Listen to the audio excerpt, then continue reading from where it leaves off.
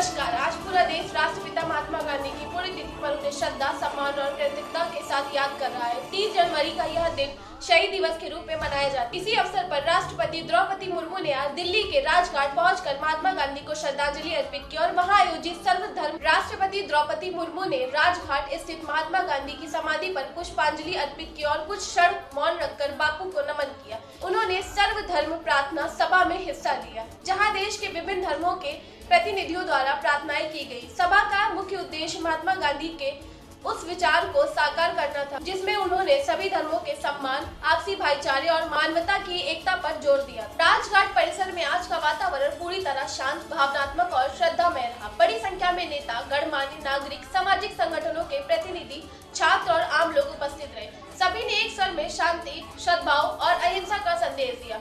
प्रार्थना सभा के दौरान हिंदू, मुस्लिम, सिख, ईसाई, बौद्ध और अन्य धर्मों की प्रार्थनाएं की गई, जो भारत की गंगा जमुना तहजीब और एकता में विविधता को दर्शाती है। राष्ट्रपति द्रौपदी मुर्मू ने इस अवसर पर महात्मा गांधी के जीवन और विचारों की प्रासंगिकता को रेखांकित किया। उन्होंने कहा कि बापू के सिद्धांत सत्य, अहिंसा, करुण और सेवा आज के समय में और भी अधिक महत्वपूर्ण हो गए हैं। उन्होंने कहा कि समाज में बढ़ती कट्टरता और हिंसा के बीच गांधी जी का मार्ग हमें शांति और संवाद की राह दिखाता है। राष्ट्रपति ने युवाओं से अपील की कि वे गांधी जी के आदेशों को केवल किताबों तक सीमित न रखें, बल्कि उन्हें अपने व्यवहार और जीवन में उतारें और नैतिक शक्ति के बल पर ब्रिटिश शासन को झुकने पर मजबूर किया। उनका मानना था कि अहिंसा कमजोरों का नहीं, बल्कि सबसे मजबूत लोगों का हथियार है।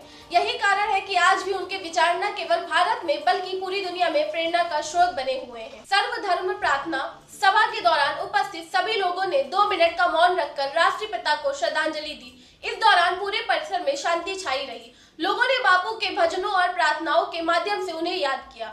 रघुपति राघव, राजा राम जैसे भजनों ने वातावरण को भावुक कर दिया और सभी को गांधी जी के आदेशों से जोड़ दिया। महात्मा गांधी की पुण्यतिथि पर देश भर के विभिन्न कार्यक्रमों का आयोजन किया गया। स्कूलों, कॉलेजों और सामाजिक संस्थाओं में प्रार्थनाएं, सभाएं और स्वच्छता अभियान आयोजित किया गया। लोगों ने बापू के विचारों को याद करते हुए सामाजिक सौहार्द, स्वदेशी आत्मनिर्भरता और सादगी को अपनाने का संकल्प लिया। आज की यह सर्वधर्म प्रार्थना सभा न केवल एक श्रद्धांजलि कार्यक्रम थी, बल्कि यह संदेश भी थी कि भारत की आत्मा शांति, सौहार्दता और आपसी सम्मान में बसती है। राष्ट्रपति द्रौपदी मुर्मू की मौजूदगी ने इस संदेश को और मजबूत किया कि गांधी जी के आदर्श आज भी भारत की सोच और दिशा तय करते हैं। इसी के साथ आज का यह दिन हमें याद दिलाता है कि यदि हमें मजबूत, शांतिपूर्ण और समावेशी भारत का निर्माण करना है, तो हमें महात्मा गांधी के दिखाए मार्ग पर चलना होगा।